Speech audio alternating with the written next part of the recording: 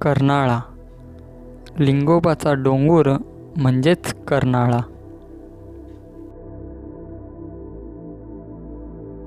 तर मित्रांनो, आज आपण आलेलो आहोत कर्नाळा पक्षी अभयारण्याला आणि आपण आज कर्नाळा किल्ल्याला भेट देणार आहोत।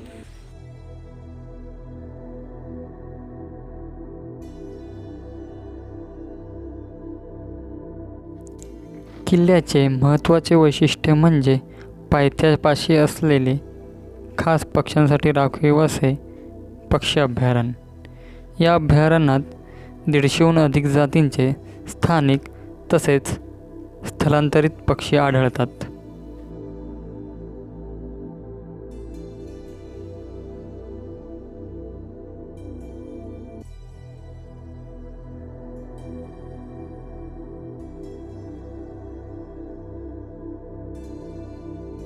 पनवेल शहरापासून किल्ल्याचे अंतर अवघे 10 ते 12 किलोमीटर आहे।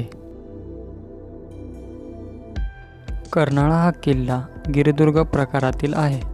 किल्ल्याची उंची अंदाजे 2500 फूट असून हा मध्यम श्रेणीमध्ये मोडतो।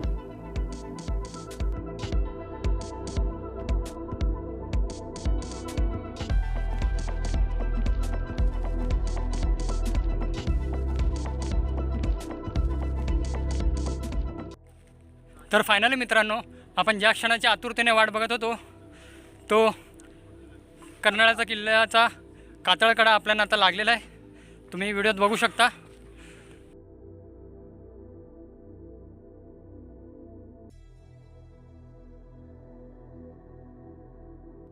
तर मित्रांनो, माझ्या मागे तुम्ही बघत असणार हे कर्नाई देवीचं मंदिर आहे। कर्नाई देवी या कर्नाळा किल्ल्याची गडदेवता आहे। या देवीच्या नावावरूनच किल्ल्याला कर्नाळा नाव पडले आहे असे इतिहासात नोंद आढळते आपल्याला।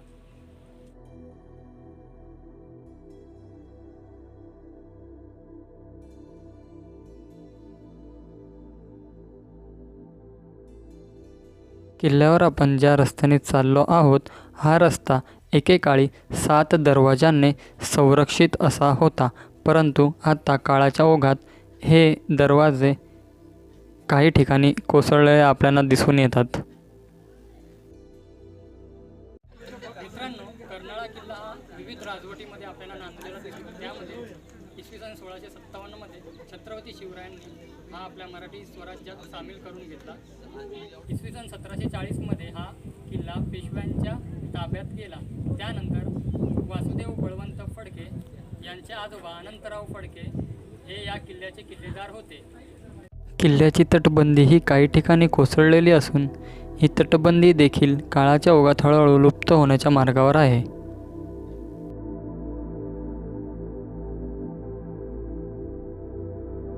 सदर व्हिडिओमध्ये दिसत असलेली वास्तू ही प्रथमदर्शनी पाहता वाडा, धान्याचे कोठार अथवा राजदरबार भरण्याचे ठिकाण असावे असे दिसते। हे देखील काळाच्या ओघामध्ये हळूहळू जीर्ण होत चाललेले आहेत।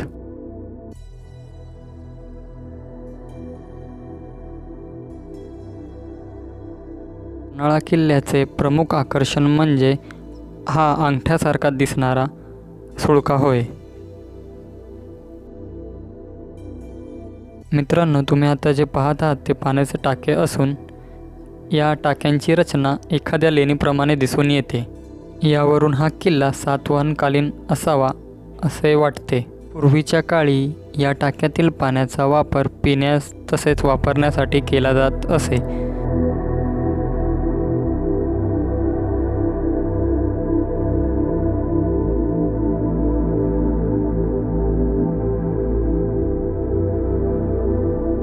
मुंबई तसेच आसपासच्या प्रदेशावर लक्ष ठेवण्यासाठी या किल्ल्याचा वापर करण्यात जास्तीत जास्त येत होता।